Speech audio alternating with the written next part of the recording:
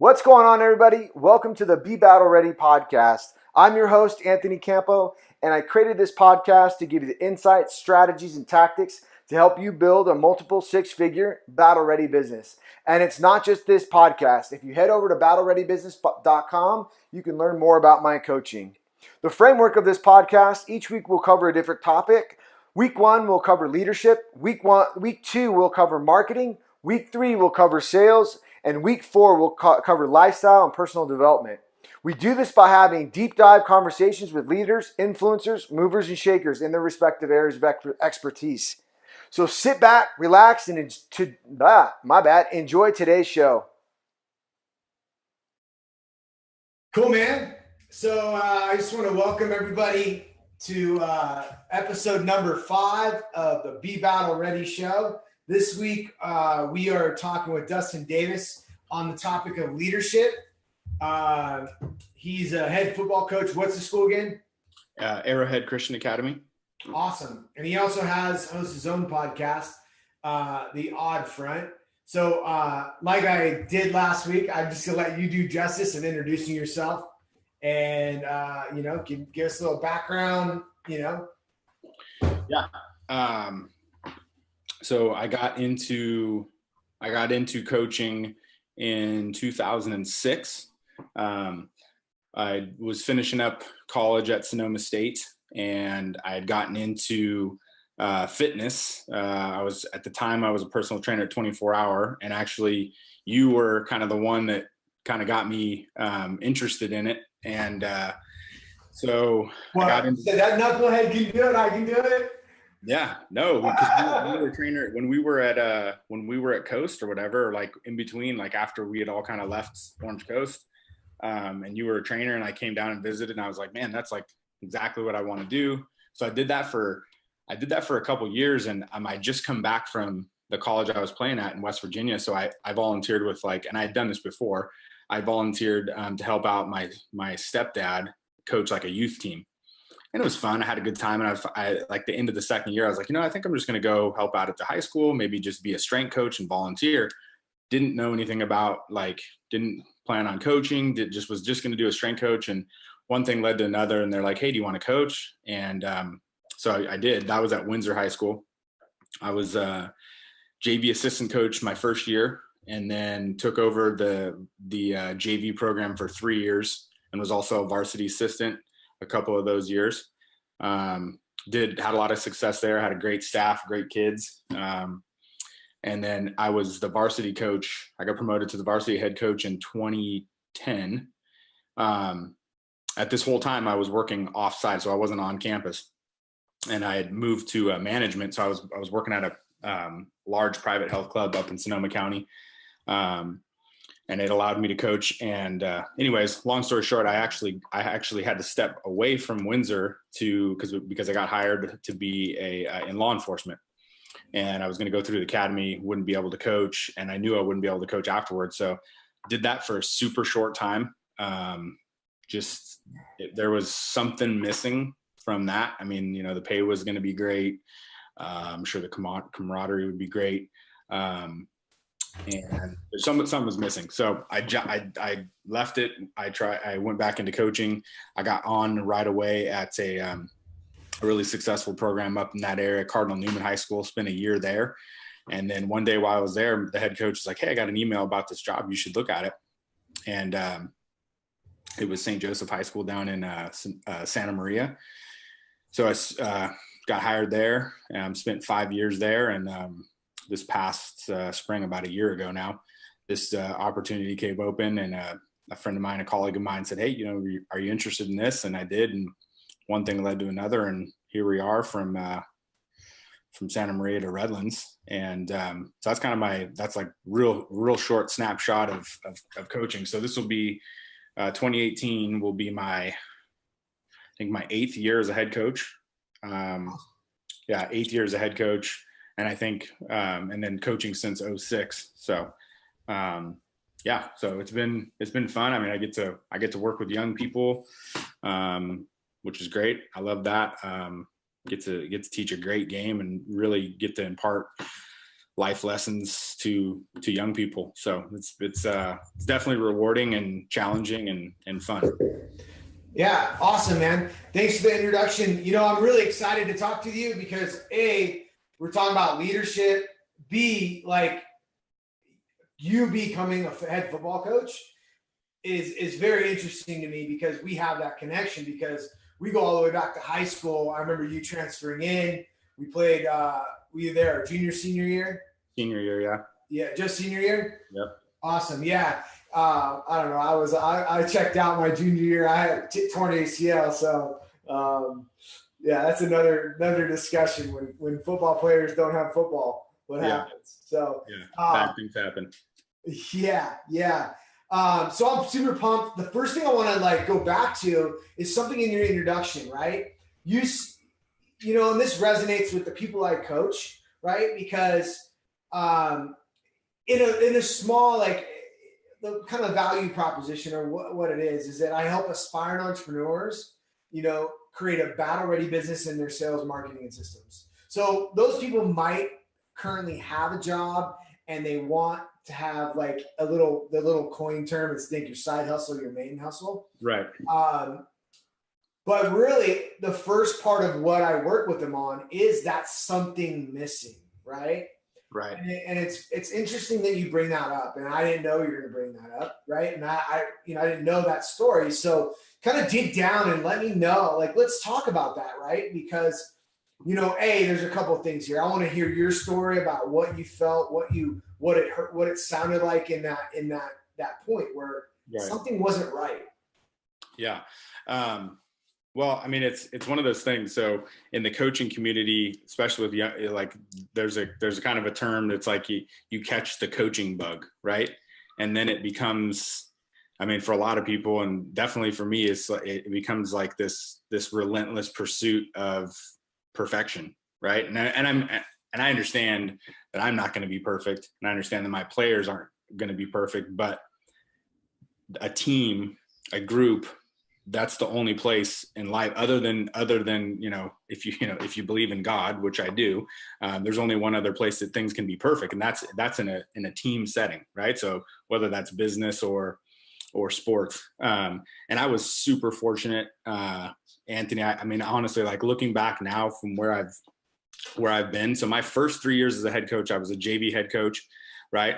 I had a staff that was as committed as most varsity staffs.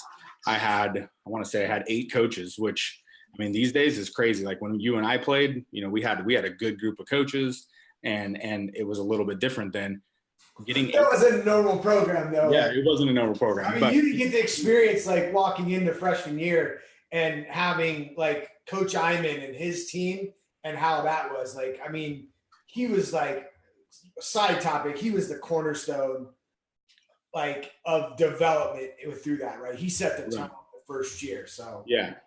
So I mean, I was unbelievably blessed with these guys. So it was just kind of this random thing. The couple years that I volunteered as a youth coach, I had worked with one of the dads of the team, and he was totally unassuming, but he's like, I don't really know anything about football, but I'll help. And he helped me for a year, my last year youth. And then when I got hired, I was like, hey, why don't you come over and help me out just on defense? And then he did. And then the next year he actually came and was my receivers coach and special teams coach. So this guy was, I mean, and this is crazy. So that whole staff, these are JV coaches, mind you, most of them are walk-on volunteers. We went to clinics together. We were doing meetings together. We had kids watching film, just I literally took what I learned at Mater Dei and what I learned in playing college ball and just did it at the JV level. And we didn't lose a game in 3 years. So, I mean, it was just Dustin, so the way I feel about that bug, I just get that bug like that.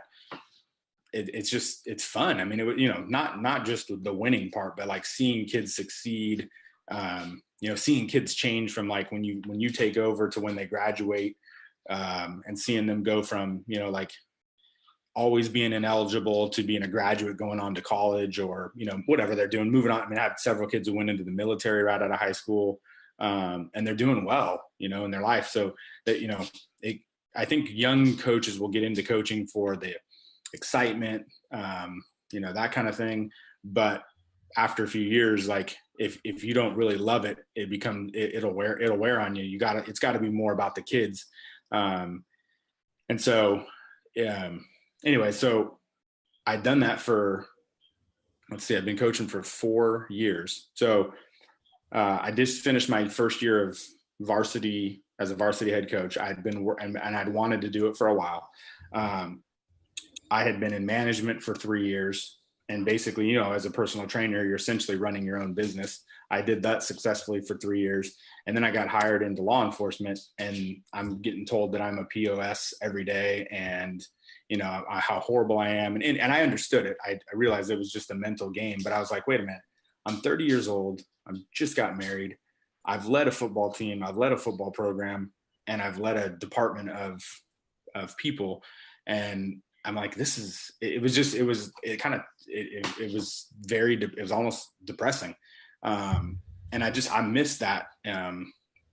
Like thinking long term. Like we started in April in the academy, and thinking long term, like, hey, like next fall, this is going to be the first fall in like 27 years, or well, not 27 years at that point, but like since I was 13 or 10, since I was 10, where I wasn't going to be doing something related to football. I was like, man, it was depressing. And I missed that working with kids, and the idea of like, okay, like I'm going to be doing something good, but I think I'd much rather, build young men of character so they don't end up in jail rather than keep them or put them in jail.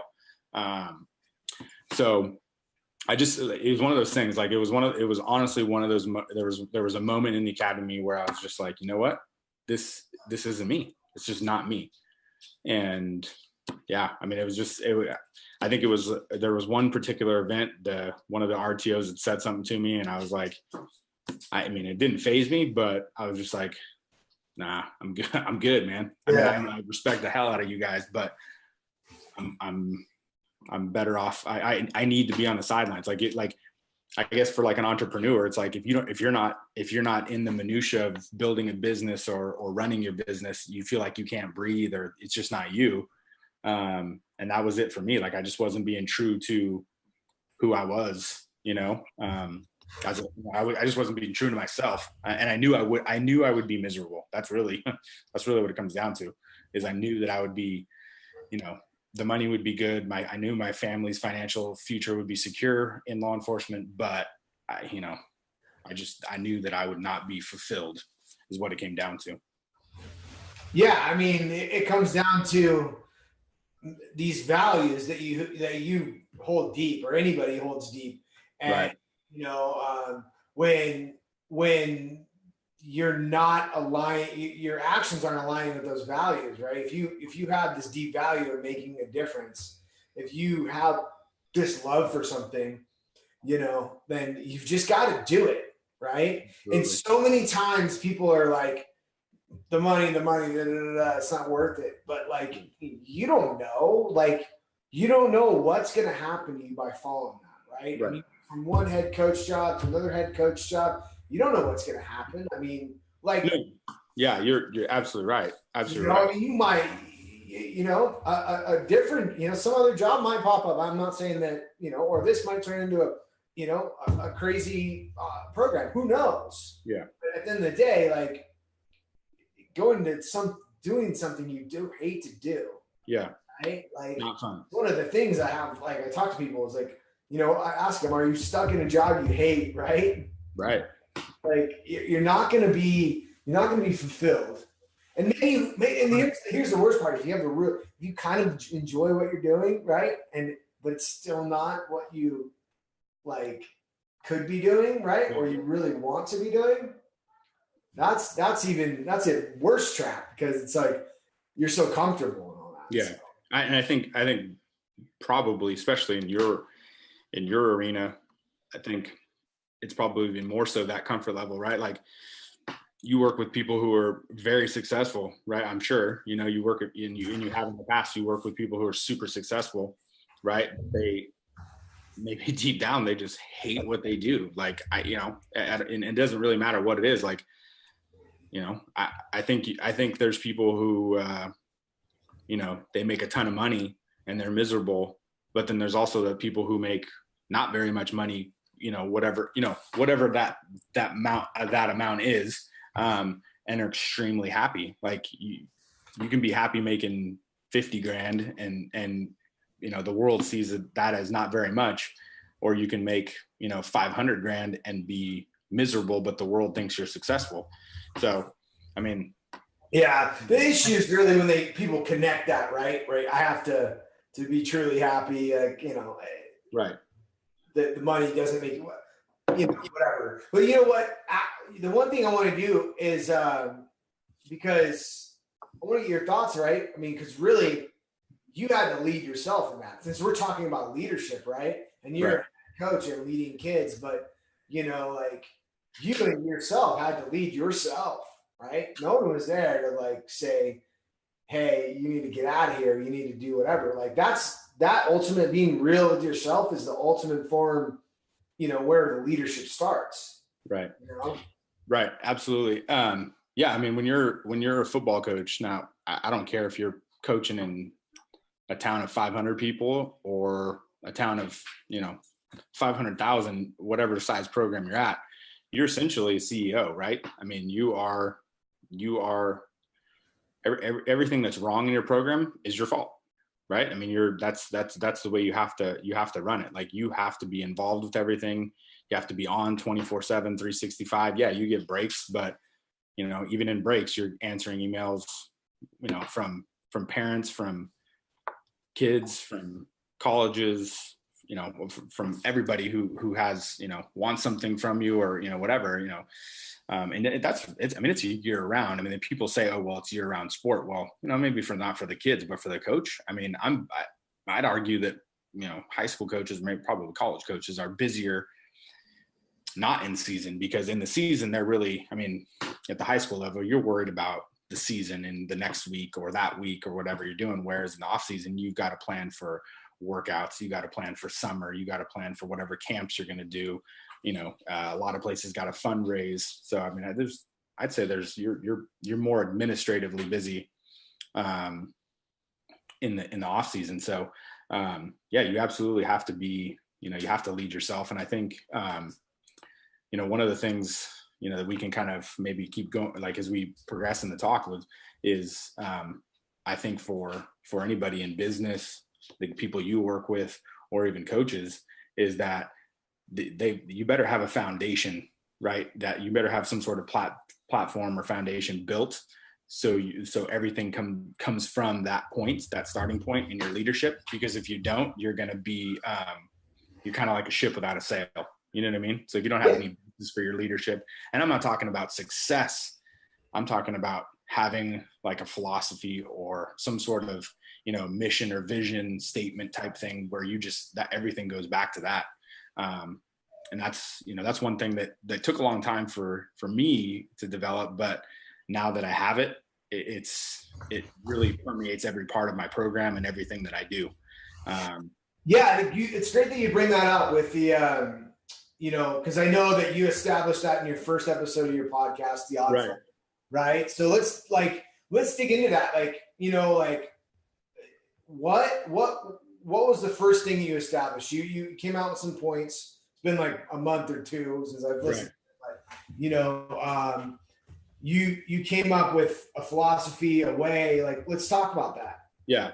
So, I mean, I'm happy to dive into mine, but I think my thing is for a high school coach, I think everything's got to point back to development of the people we coach. So like if I'm the CEO of my program, those are my employees. They're those are my assets. I mean, and kind of not my livelihood, not where I'm at, but our success is tied to the performance of 15 to 18-year-old teenagers. So that's a difficult thing.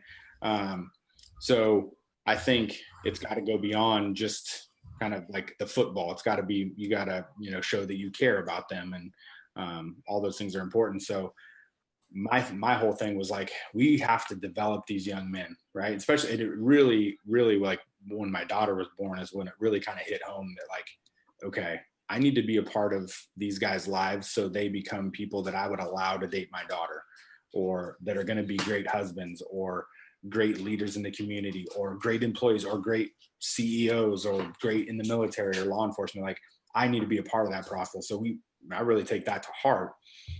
So I just came up with the thing like, hey, and it was really organic the way it came up. It was just in like a pregame or like after a team dinner, just talking like, telling the guys like, hey, I'm not asking you have to get instantly better, between now and our game.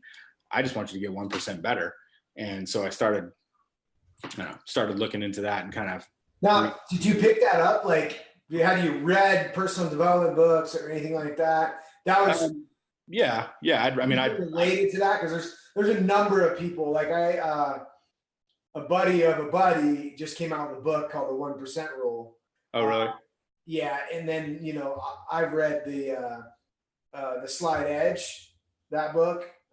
So I don't know what influenced that. Well, it literally came out of talking with we at St. Joe's, we would have a team dinner every Thursday night. And then we'd go back to my classroom and the coaches, it was just coaches and players. And we just talk about the game and talk about, I'd let the kids stand up and talk or say something. The coaches would say something. And I believe so my first year at St. Joe's, we were talking about how far they had come. The year before I took over, they were, I think 2-8 or 3-7. And we were going into a game, maybe I don't even know if it was the last game or what, but essentially we win this game and we have a league championship. So I said, look, guys, think about where you've been, where you were at this point last year. Like, you've just, this point last year, you've lost 5 games straight or something like that. And anyways, we were talking about development, like, think about how far you've come. And I said, it wasn't an all at once thing. Like, I didn't show up and you guys were better because of it, like right away. Like, we've been developing, you've getting a little bit better. So what I'm asking for tomorrow is to improve every play. You might not be successful every play, but you can learn over the course of the game. So I'm like, just get 1% better through the course of the game. And at the end of the game, you're going to be playing better than when you started. And we kind of just talked a little bit more and we said that 1% thing. And then it kind of took off from there, just kind of natural, really honed in on it the next year. But I had never read, it's funny, like 2 years after I started using that, I saw that I think there's a podcast called 1% Better Podcast. I've never listened to it. I don't know what it's about, but I'm pretty sure there's one, or at least there was out there. But yeah, as far as reading, I read, usually every off season I read a couple, try to read a couple books, from all things, not just coaching, lots of different stuff. But I developed kind of the meat and potatoes of what 1% better is. I kind of took from like guys like Pete Carroll, John Wooden, as far as how do we define what it means to get 1% better, or how we get 1% better. Yeah, absolutely. Those things I've taken from other coaches and kind of reworded or made my own. But I'd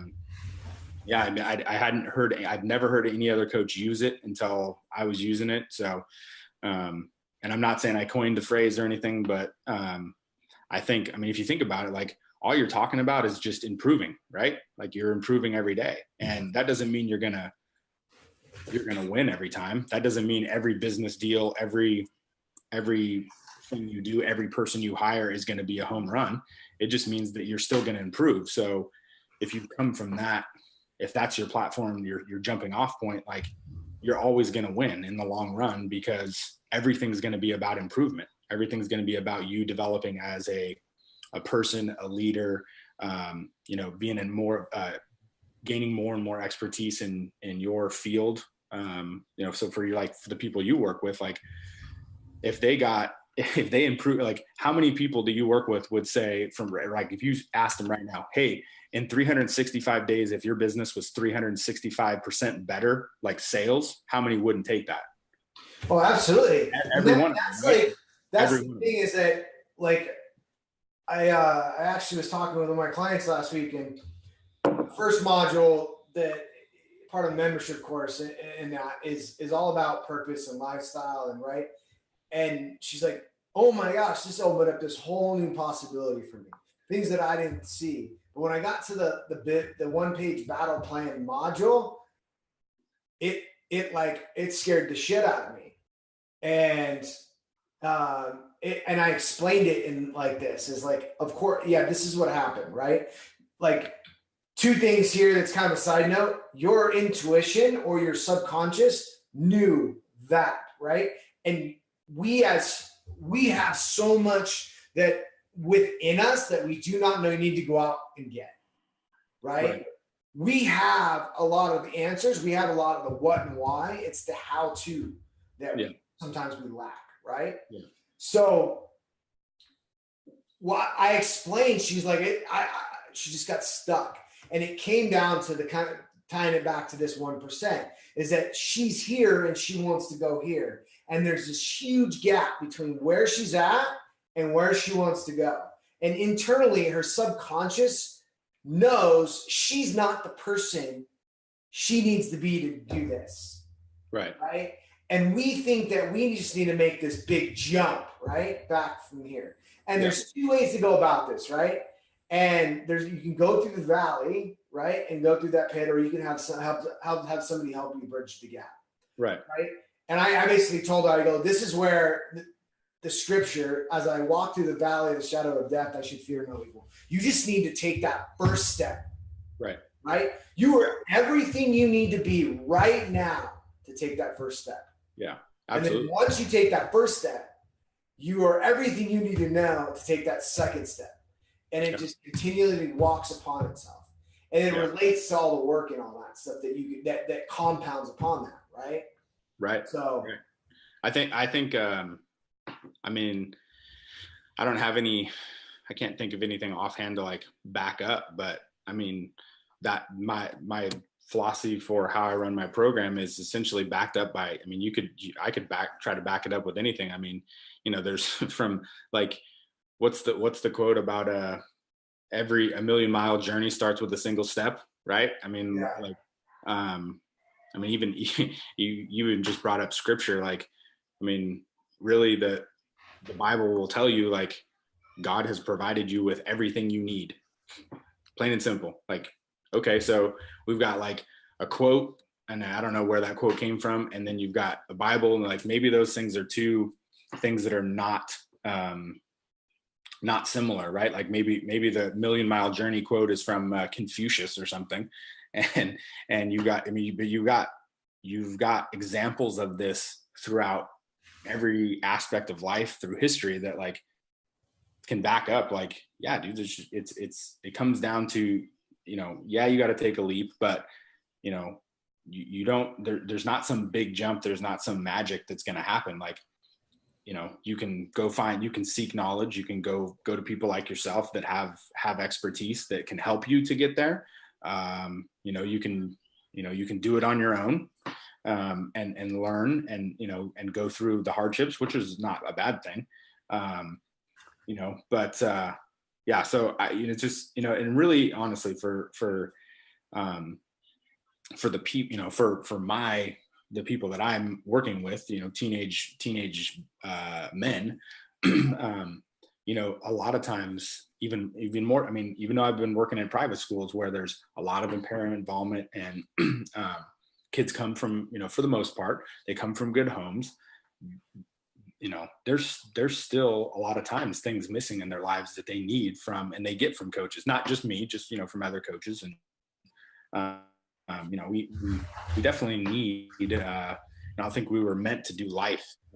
We weren't meant to do life alone, so we need that camaraderie. We need people helping raise young people, not just one person or one parent or 2 parents. Like it really takes that village to raise them. So, I think when they know that like I'm trying to build them to be the best version of themselves, so they know where I'm coming from, that gives me kind of the equity, the social equity, or the relationship equity to really hold them accountable.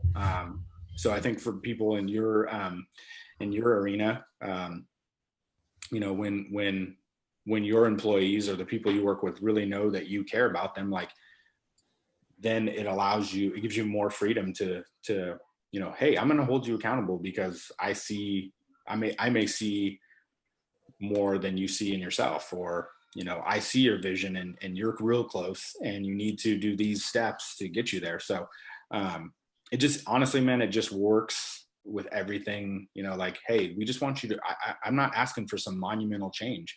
I'm asking for you to be a better student. I'm asking you to, get 1% better in your academics, in your faith life, in athletics. We're just coming out of our off-season training. I don't expect a kid from 1 week to the next to jump some crazy amount of weight in the weight room, but I want to see improvement. I want to see improvement in every aspect. And I don't know. I think when it helps build confidence in the kids, which I think it would relate to, employees. And I just think it creates the right environment for success, for sustained long-term success. It's funny that you talk about that, right? So I was part of a mastermind group beginning in 2010 till mid to late 2013. And we had a lot of success with that. And it was a great environment. And it also became a little bit of a toxic environment, because though we had competition, a lot of the success that was created, there was nothing really sustainable. There was no system. There was no, it was a lot of folks on big jumps, but there was no sustainable system, right? Yeah. Or backing behind that. And a lot of the emphasis and the praise was put on the big leaps, right? And we did really well in growth and all this stuff, but we didn't have as big of leaps as with that, as other people. They would just make these huge leaps. But what I came to see after a time was certain team members, they burnt out. Everybody burnt out. Yeah. Right. And in that, at the time, I didn't know, we were just consistent, showed up, did our stuff, whatever it was. And, but the value, is I was conflicted in that personally, because I wanted to I wanted to go do that, take down the line, right? And go conquer whatever you want to do. Yeah. So how do you because it's easy, right? In the weight room, be it's a microcosm of how that is, right? How do you manage, that culture, right? Of sustainable growth, sustainable, I know it starts from the top. I know that we can kind of stay that, but yeah. The weight room is a great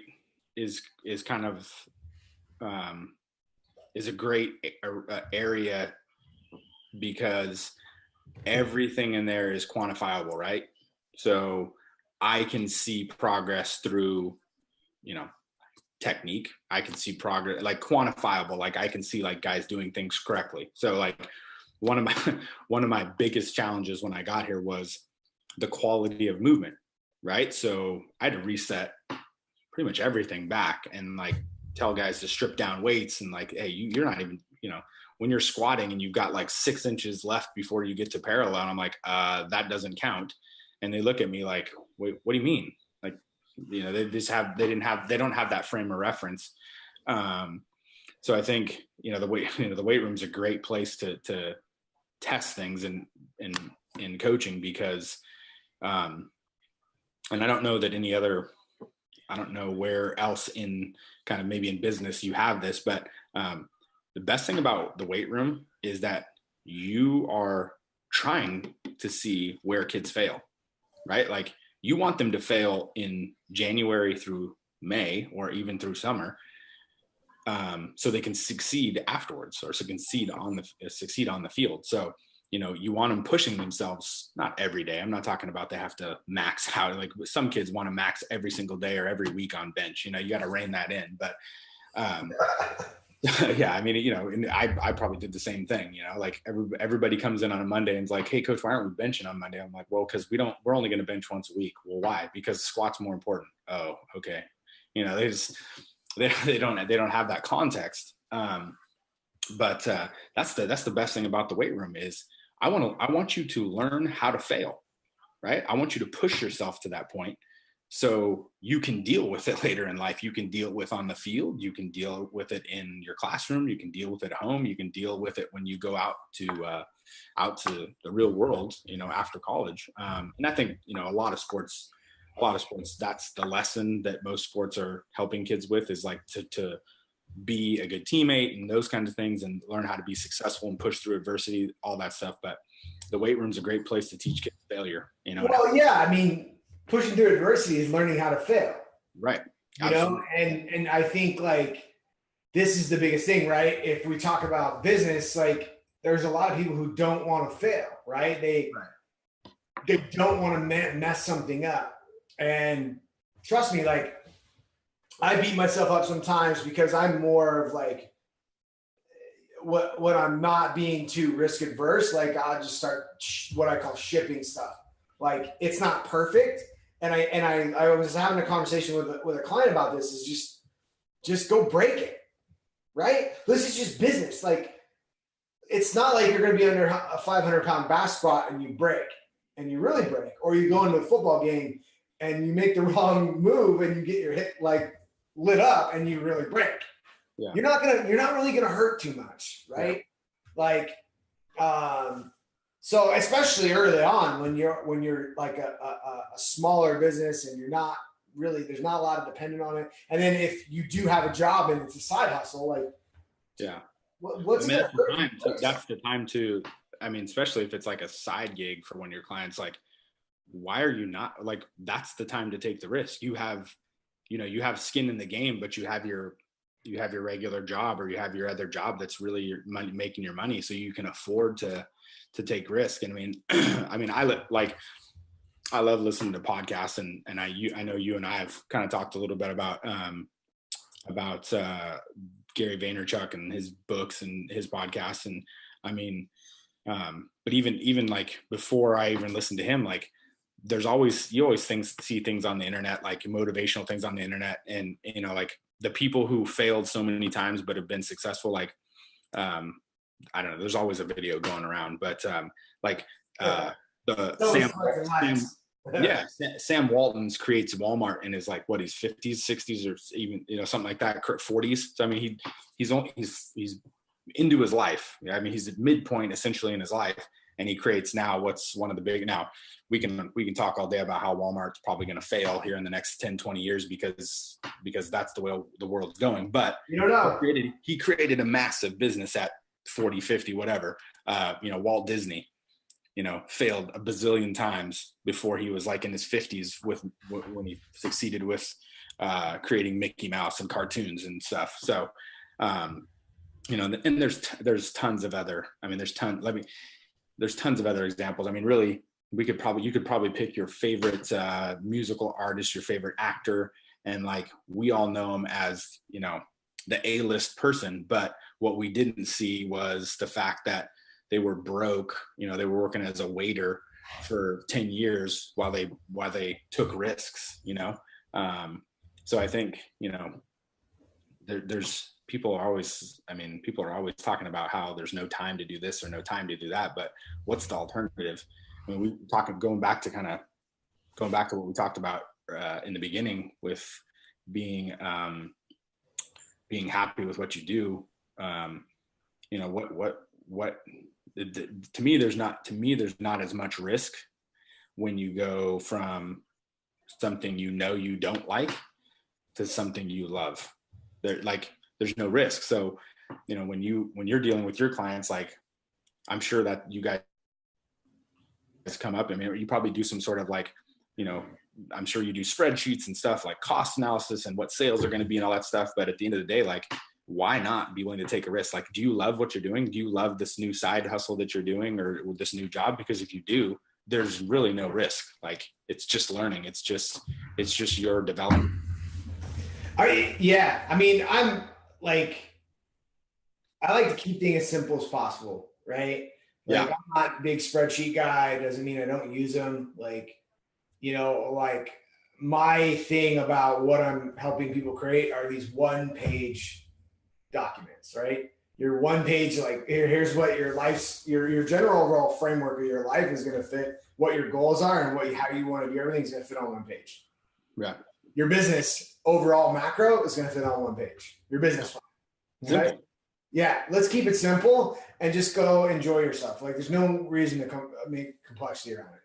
Let's take it back to leadership a little bit because, you talked about philosophy and, a plan. Like, since we're talking about planning, right? And we had this unique experience of every year we had like a theme, right? Yeah. Like it was that's the year campaign, right? Yeah. That was the yearly war, the yearly battle. That was the campaign, right? Like, what have you done when you come into, like, we're at this time right here, right? So now I'm assuming, right, you're getting ready to focus on the next season, 2018, 2019, how they're doing that up. So what does that look like for you? Like, what is that, what I call a battle plan, right? What does that look like going into the next season? Yeah. I mean, for us, it really starts, right after the season. So, we start, we start looking at, well, I'll tell you what, the technology that we have in coaching now is pretty unbelievable. When we were in high school, like they had the film room, the coach's office, and that huge wall of cabinets that had videotape in it. Well, yeah, but all that videotape can fit, pretty much in your phone now because it's all web-based. So we start doing like self-scout, and we actually can outsource that to a company that will do a lot of the data entry for us. And then we can start going through it and seeing, what worked, what didn't work. So we do that. And then, it's like taking that information and then where do we need to get better? So part of it was really implementing my program because I didn't move here until June. Now I was here for spring ball, for part of spring ball the year before, but I didn't have that time to meet with kids in the off season, to have team meetings, to develop those, relationships. So we really had to hit the ground running in June. And I'll tell you what, and I've talked about this. I've talked about it with many people, but I think I talked about it in one of my episodes of my podcast that one of the regrets I had was that when I got here, I should have, even though we were short on time, I should have started at the beginning rather than, hey, we don't have a lot of time. We got to get things going. We have to do this, this, and this. It should have started with, developing relationships, which, it does happen.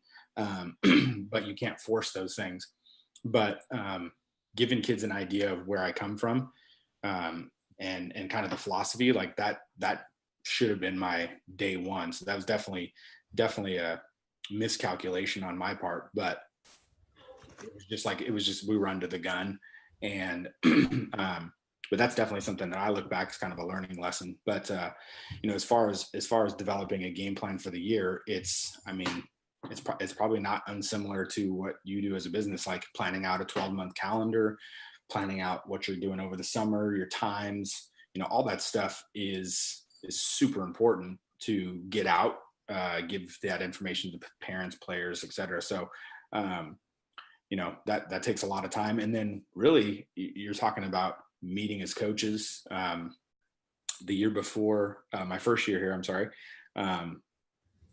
especially this day is crazy, but we didn't meet one time we never were able to meet as a staff. And I only had 4 coaches, which is insane. Like I at St. Joe's, we'd start meeting in January and I had 2 levels of coaches, Frostoff and varsity.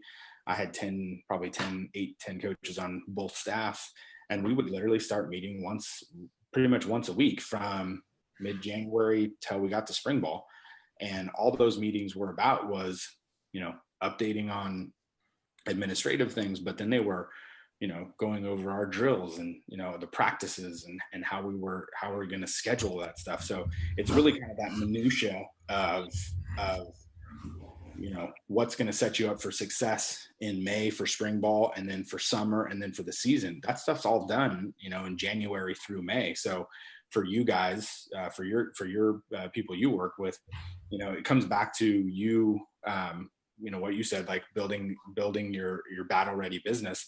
It's really just coming up with that comprehensive plan that encapsulates everything, goals, expected outcomes, what is sales, whatever it is, marketing.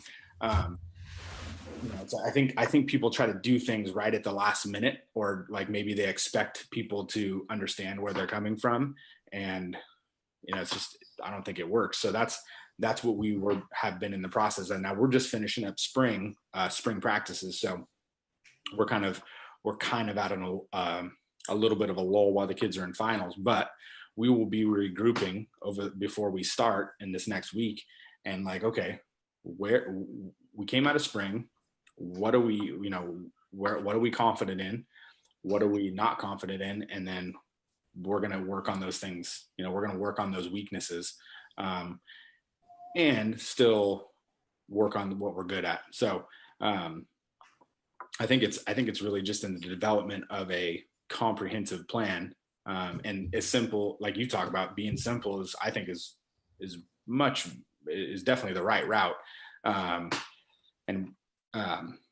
So I don't know. I think that kind of there's a lot of tie-ins between business and football, because absolutely. I mean, I was just gonna let when you're talking, because I see this, right. You're the head coach, right, and not only are you leading your football, your coaching staff, but you as a leader have to lead the kids on your varsity team. And you have the sub staff that's like your developmental, your pipeline of potential, your future generation of football players. Right. And the layers of that, and like I mentioned earlier, we very fortunate about the program that we got to play under. 100%. And going back a few steps about what you said, like you taught them how to squat, they taught us how to run. Like they said, forget, literally, we walk into freshman area, right? Freshman camp. And they basically said this: forget about everything you've learned in the past. Forget about it. You're going to do it our way. We're going to reteach you everything you're going to do. Yeah. So that sets the tone, right? From the top down to everybody in the program. Right. And that's that cultural, high level, this is our code, this is how we do stuff. And it's very important for entrepreneurs or any business owner to really recognize that tenet, right? Because that was one thing that I strived to do, especially at the gym. It was like, how do we do it? Right? And it's not that it doesn't look like other places or it doesn't model that. I take it back down to our class, of how our class was run, right? And I was talking to a local affiliate owner, and I substituted for him, a few times. He's like, hey, they liked how you ran the class. I said, yeah, that's good. You want me to teach you, right? I mean, I'll tell you what we got out of it is our clients knew what to do, when to do it. Right. And they started doing stuff on their own without us prompting them. So that's when you have a successful system, was when, you made change without initiating that. Yeah. But what I want to pull it back into this organizational structure, because, and this whole thing, and have you speak upon, because a lot of business owners think that they need to do it all, right? That it's so hard for them to let go, right? And I think you could speak to this, because there's no way, it would be so hard for you to do everything in your program, right? And act like a solopreneur, and I want you to talk a little about leading that structure and how to manage the delegation and manage how to get things done through other people because, you know I battled with going back and forth because I was surrounded and influenced by people that were like, they did everything themselves. And I was like, it's so conflicted with me where I'm completely on the other I'm probably way over here where I'm like, okay, that's because I know football. And like football is like this beautiful microcosm of like, if you want to get shit done, I don't care if it's in business, if it's like just go build, like football shows you like from a architecture standpoint what you need, right? Yeah, because you got a little about like how you manage that team or getting people to like work with you and go one direction. Right. So I mean, I think CEO, coach, doesn't matter. You have to first and foremost, you have to set the vision, right? You have to set the course. Again, kind of going back to creating a philosophy, but more than just creating that philosophy. So that's like your jumping off point, right? So you set that, but then you've got to set the course of how you want, like what it's going to look like and how you want to get there. For people who are like maybe coming up in business or, trying to get into coaching or anything where there's some established people. I think taking going and working for or volunteering for the best business in your area just to learn how that person, if you could volunteer or get an internship, those are great ways to kind of learn, right? But once you get to that level, you've got to set the vision with philosophy and then the plan to get there, right? So, having a business plan or, vision statement for you guys, I probably is how that works. But then for me specifically, like you got to try to go out and surround yourself with the best teachers that you can find. And obviously I'm talking specifically to teaching a specific part of football, whether that's quarterbacks, coaching, calling plays, offensive line, defensive line. So surrounding yourself with the best you can find, and then also the ones that are going to buy into your vision and be able to help articulate that vision to those they coach. So, at my program, it's small. We don't have, it's not a big school. It's not a big program yet. So I'm in the day-to-day all the time, right? So I'm not pulled back and just being a CEO coach right now.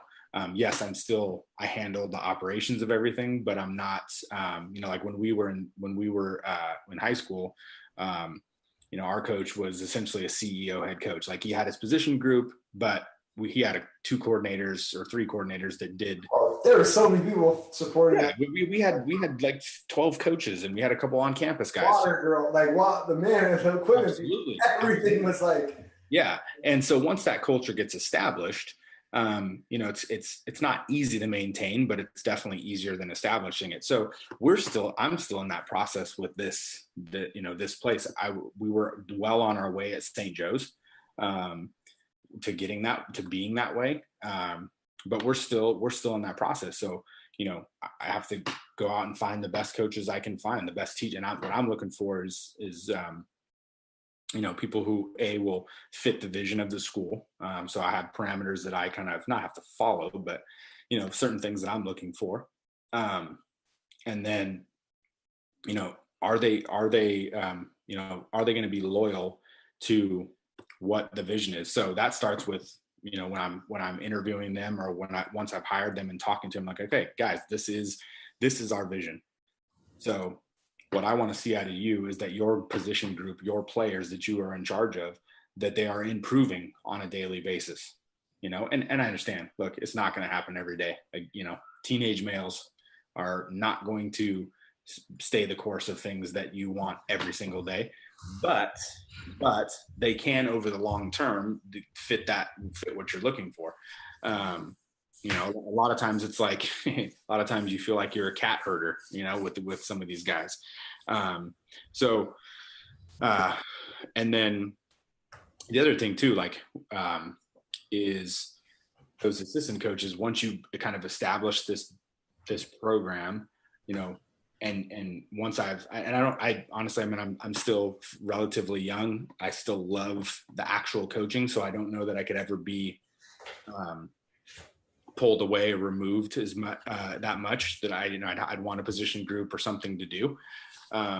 But essentially those guys are going to be working tight knit with your other groups. So like for your business, for your clients or your people you work with, like they've got moving parts in their organization. So you've got your CEO, and then you've got HR, and you've got sales, and you've got marketing. Like those are your coordinators, right? Those are like, those are your big, important coordinators. But if they're not articulating the vision downward, to the employees, and they're not buying in, that disconnect, it's at some point it's gonna not work, which was probably what you ran into with your group, that you were with, from like 2010 to 2013. Like at somewhere there was a disconnect, there was a misarticulation of the vision or what the goals were.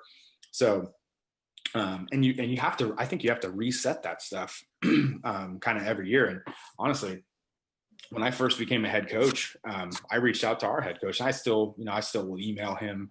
He's a hard guy to get a hold of these days, because he's so dang big time with how they've been last year.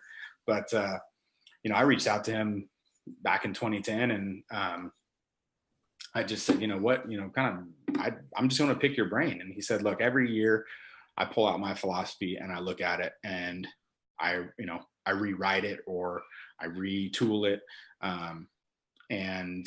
But then I'm always working from it. I always have it. Like it always goes back to that.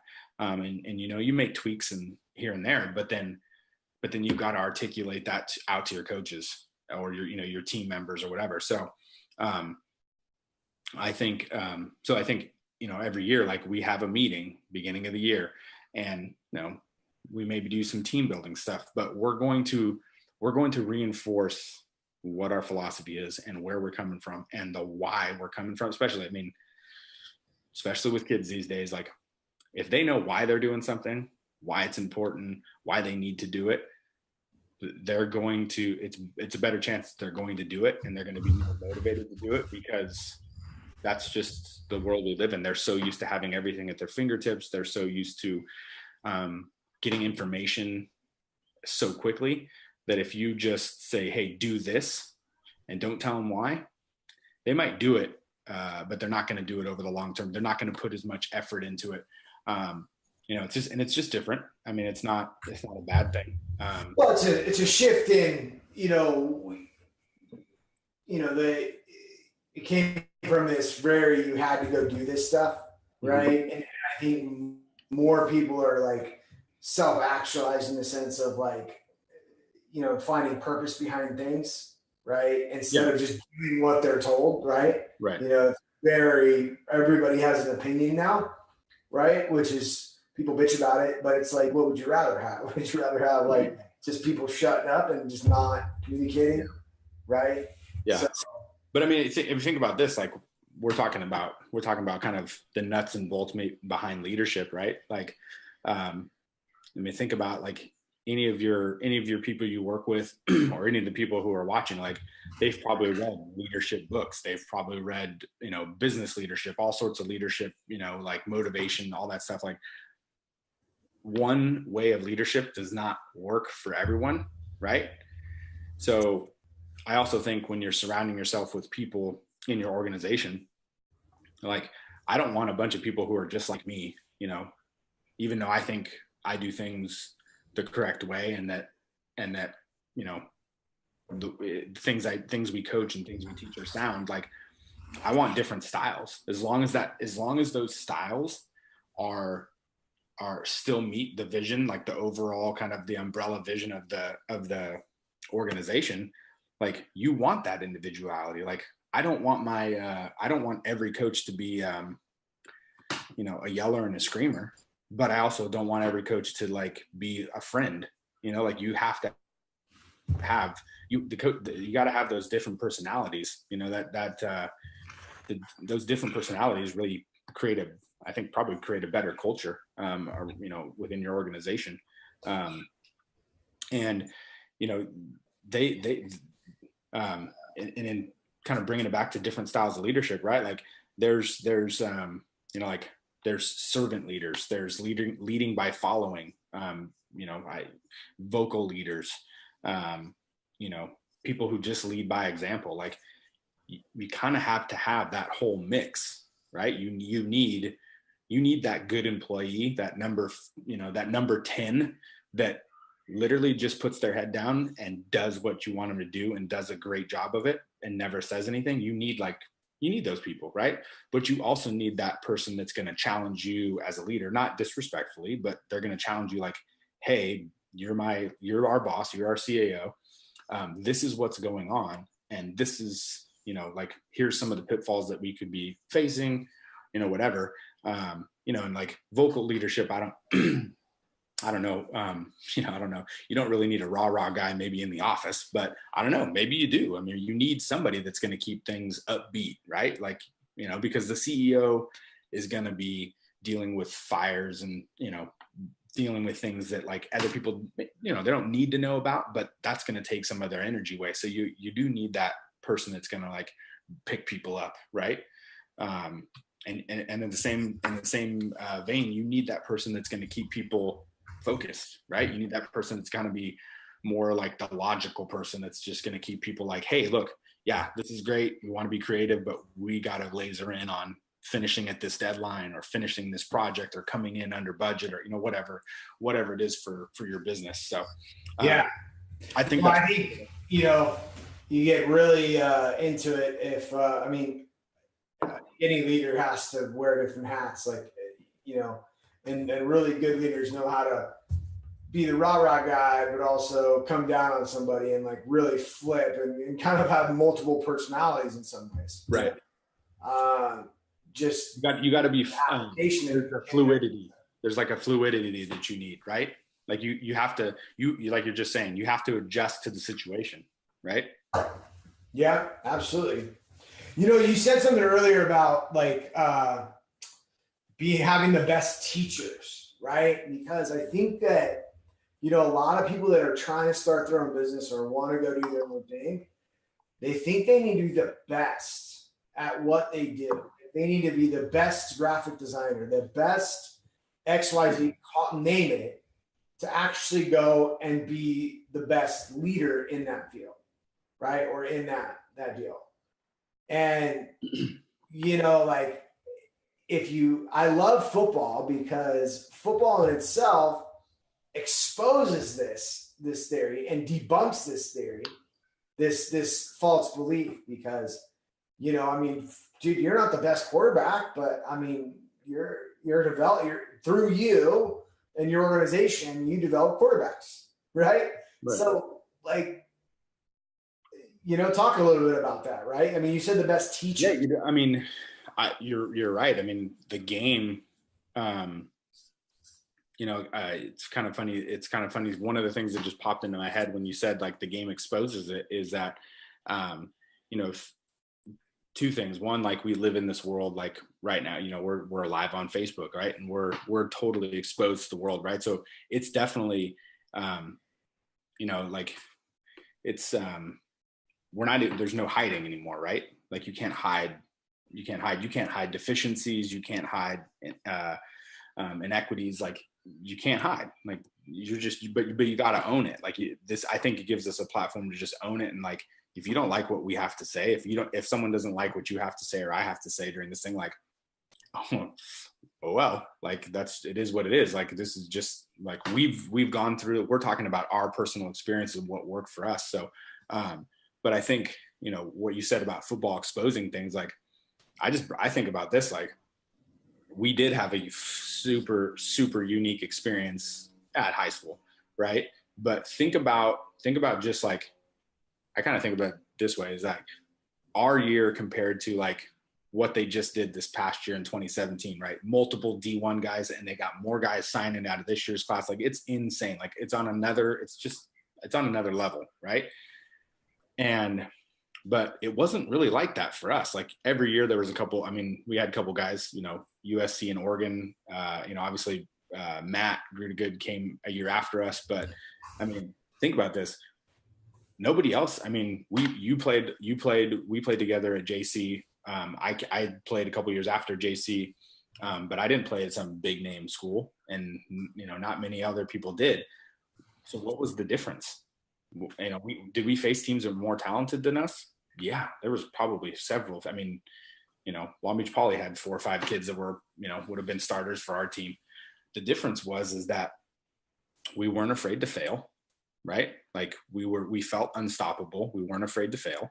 That was definitely leadership from the coaches, right? Oh man, I think I would tie that. I mean, yeah, it started from Rawlinson. I mean, he made us like a tribe, right?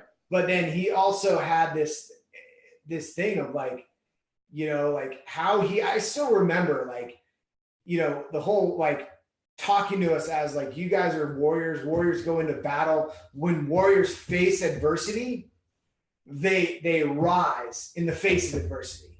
Right? Like the freaking speeches, like still, like I think about that time. Like you've mentioned a few words or whatever, and I still get chills. Like I always used to get chills. Yeah. And the thing is, it's that fearlessness, right? Like, I mean, I'll tell you this here, right? I had a choice.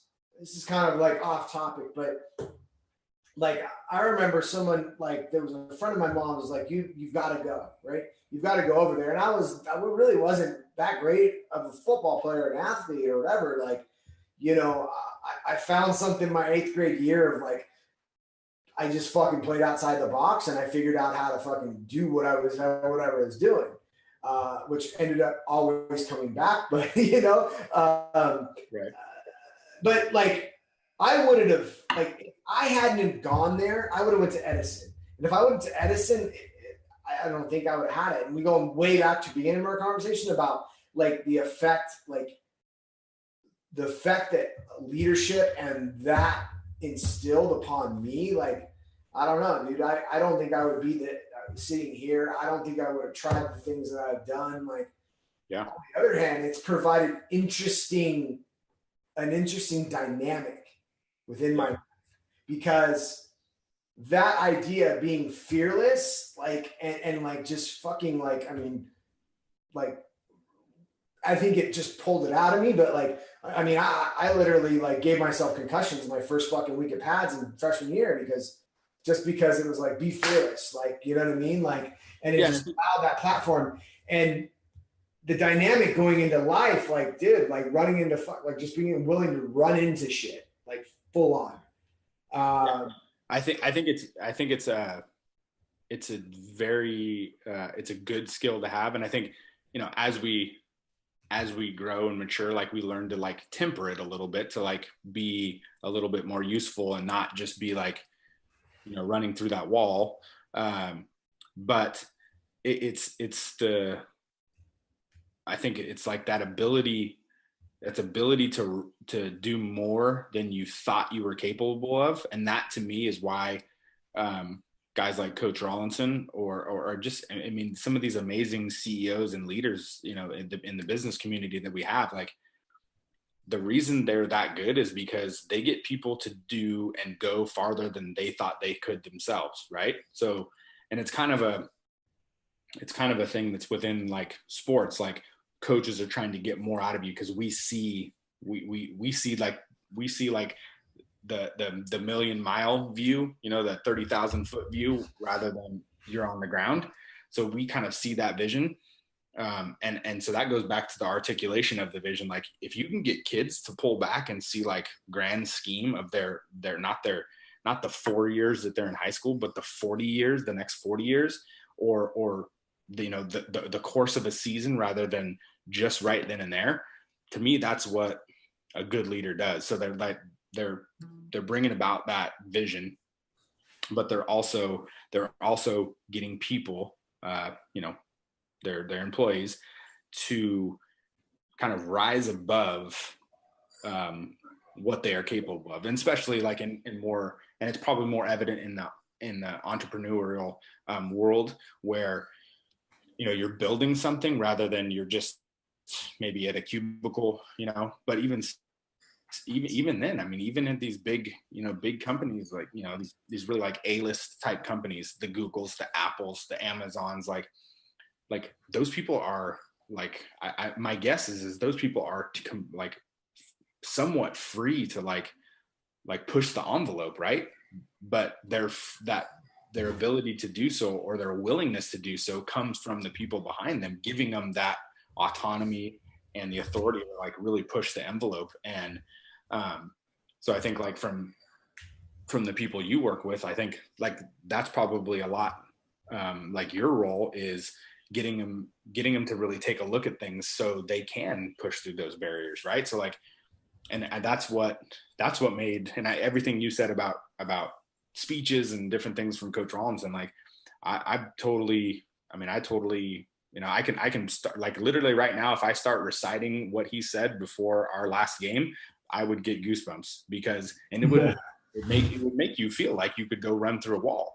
I mean, you talk about that. We're not, we're still, but this is your destiny.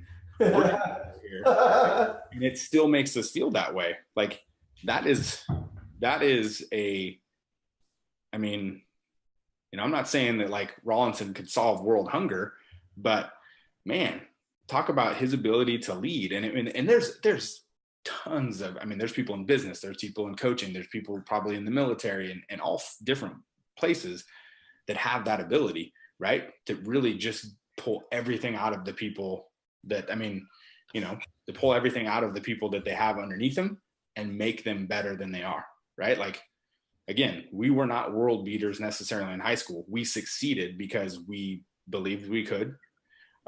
We were well taught, right? So we were pushed a vision, bought into the vision. We were receptive to the teaching, and then we executed, right? So tell me that's not how every successful business is not run. Vision, teaching, execution. Well, even the code, like there's a code within that, right? Here's your macro, and here's your like code, like there was stuff that just wouldn't fly, right? There's no quitting, there's no, all that stuff. But in that, like the thing is though, I did get chills talking about, as coaches, because like, yeah, like, you're doing football right now. Like I think one of the other things I would ever do in my life was coach football. I haven't touched football since, my sophomore year at Coast. But there's still an innate thing. But at the end of the day, it comes down to having that ability, right, to see more in other people than they see in themselves. Absolutely. And get them to go pierce right through them, to understand you've got to to be able to just see that first step. Yep. Yeah, absolutely. And that's what I would tell anybody. I can't, I don't know. I don't want to say it's in everybody, right? But there might be a little bit in everybody. I think if anybody's going to lead an organization, they're going to go from their own business and start having people on their team, is it their primary focus besides the macro vision when it comes down to the execution is stepping into that person's space and going, look, hey, this is where we're going to go. I'm going to be, really caring about that person, right? And not in this lovey-fuzzy way of really trying to get them to be better than they were yesterday. Yeah. 100%. Caring about somebody, like I care about my players. I love my players, but that doesn't mean everything is sunshine and rainbows, right? You can care about your employees to where you're, woven into the fabric of their life, if they allow it, if that's the type of organization you work in, right? But you better build up that relational equity to be able to come down on them, right? I think, I don't think, some coaches are CEOs aren't touchy-feely or, but they can still show that they care, right? There's ways for them to show that they care. On the flip side, there's people who are that way, and they show they care all the time, but they also need to be able to, for their employees to know that, like, look, when we make a decision, or when I make a decision, you know, that's what we're going with. So, I mean, there's definitely a fine line, but I think kind of what you're talking about too is self-awareness, right? Like, not everybody has the stomach to be a head football coach. Not everybody has the stomach to be a head football coach and really try to build a program up. You know, and not everybody in business is really meant to be that CEO, right? And I think, you know, they may have the idea and they may start that, but I think the ones who are going to be successful are the ones who are going to be self-aware enough to know, like, okay, I've got this great idea for a business or an app or a business service, okay? And I can articulate that vision, but I don't know how to start the foundation of the business. I don't know how to do marketing or whatever. And then they go and find those people, right? So I think that's also a piece of the CEO and leadership puzzle, is that, you know, being self-aware, like, I know what I'm good at, and I know that I'm trying to constantly improve, because I have to be living by the philosophy that I'm trying to promote in my program. So, you know, I'm constantly learning. I read books every off season. I go to clinics and I go to different things. And, you know, even since I left, like, the fitness game, I've gotten a couple certifications since, and I'm actually going to be doing another one within this next year. I'm gonna go for my CSCS, and you know, because I want to get 1% better every day. If we talk in a year from now, I want to be, first of all, hopefully I'll have finished my master's, and I'll be, you know, be a CSCS, so a certified strength and conditioning specialist, because I have to be living that. I have to be living that too, right? So if I'm not setting the example, then it's just words, right? Like, it's just, well, that's part of your craft, right? I mean, you got to understand, right, what it takes to get kids stronger, faster. You know, I mean, you're not going to be going to do it. Yeah. If you're running a software company, you've got to understand, like, you might not be able to code, but you need to understand it. You need to be able to speak the language. Right. You be able to call bullshit when someone's trying to tell you bullshit. Right. You know. Right. I mean, you know, that whole thing, like, that old saying, like, you can be a master, be a jack of all trades, but a master of none. Like, I don't believe, like, that's BS to me. Like, why not? You got 86,000 seconds in a day. Like, why can't you master? Why can't you? Also, like, you got to look at what you're truly mastering too, right? Like, your craft is, I mean, this is very, very narrow focused, right? Right. And there's narrowing your craft, of learning your craft, like, not, dude, it's all good, right? You're not going to be a master of strength conditioning and program design. You know what I mean? Right. And I'll tell you a little story. Like, you know, 2012, like, I was like, I'm going after some stuff, right? So, like, I hired, and it was all because my macro vision was like, look, I want to build this business, and I don't want to, like, I looked at other businesses and I said, well, other businesses like mine, they either did business really well and their programming and their all the other stuff, and I would actually go and talk to them, like the owners and stuff. I'm like, you don't know about this, like, training philosophy or this thing or anything like that. So I set out this thing to do both, right, and to hold space in both. So I hired a coach to program for me, and we go on this whole journey of working out. Then I started into his programs. What happened was, I thought I need to become, this whole perspective shifted after a while, that I need to become a really good, I lost my vision, right? And I lost my purpose, and I lost all that stuff. So I really started focusing in on just business for a while, and then just training. And I was back and forth, instead of understanding everything and then having somebody fill in the gaps and actually go through and lead and execute that, instead of just, you know. So that was my own like looking back, that was my own like shortcoming and fault in that, right? Where I thought I need to become the best at that, right? Because it was an influence from other people, right? I was being coached and educated by one of the best in the game, right? And you're like, well, I need to go do that, right? Right. Instead of understanding and keeping my truth and where I was going with it. Right. Right. So, I mean, to me, like, that's kind of like your journey of self-awareness, right? Like you basically, again, you got to be, you had to be fluid, right? Like maybe you saw a weakness or something just you wanted to improve on, right? So you went about it, but then you get into it and you're like, okay, well, I lost sight of things. So to me, like that's part of your learning process. And that's going to be a learning process for anybody in any type of leadership. Like, is that, just because, I have my philosophy, you have your philosophy. Like, I may go about trying to achieve or promote that philosophy, and it may not work, but that doesn't mean I'm gonna, shit can the philosophy. Like it still holds true. So I think being able to, I think self-awareness is something that has to kind of constantly be evolving. It has to evolve to certain scenarios, situations. It has to evolve to the people you're working with. So, I mean, I think there's a lot of challenges from that. Like that to me is the challenge of leadership, because,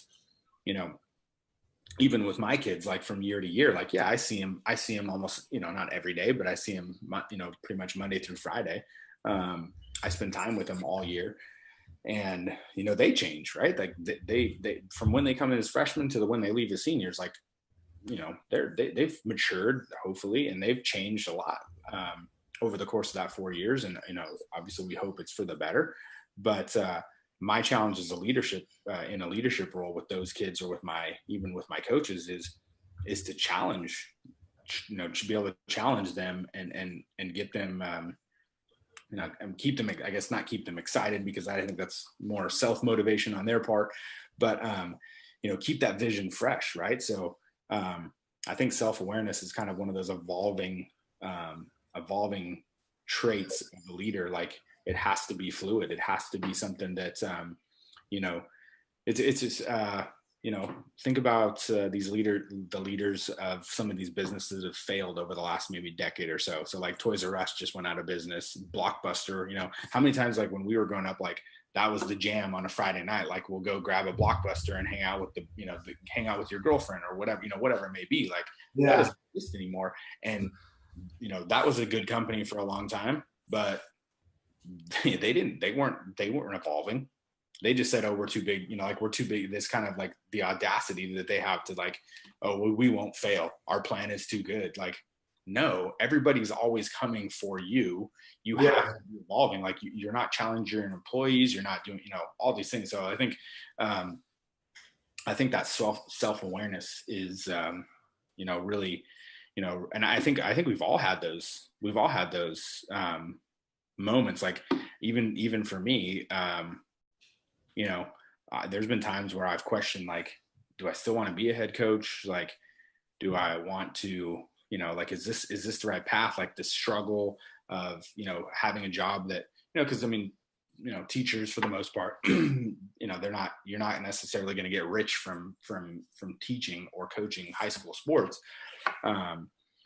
But, we're always going to come to a time where it's like, is this what I was designed to do? But to me, it's like, you always have to take like a self-assessment, right? Like take it back and like, okay, think about it. Like, have you done more good than bad? Or have you done, do you love this? And like, however that works out, like, in your world, I think you find that real quick. Like I think you said earlier, like one of the first things you ask is like, do you love this? Like if they can't answer that question in about 2 seconds, they don't. Right. So I think that for you guys, it can be, you should be able to find out real quick, like, is this the real deal? Because if you fake it, it's only going to last, it's only going to last a short time, and then you're going to be more miserable than you were before, right? Yeah, you'll just do more destruction to yourself and all that. So Yeah. Well, cool, man. I appreciate you taking the time. Yeah, thanks for having me. Yeah, it's awesome. Love getting an opportunity to talk and do these. These are fun. I love what comes out of them. So I appreciate it.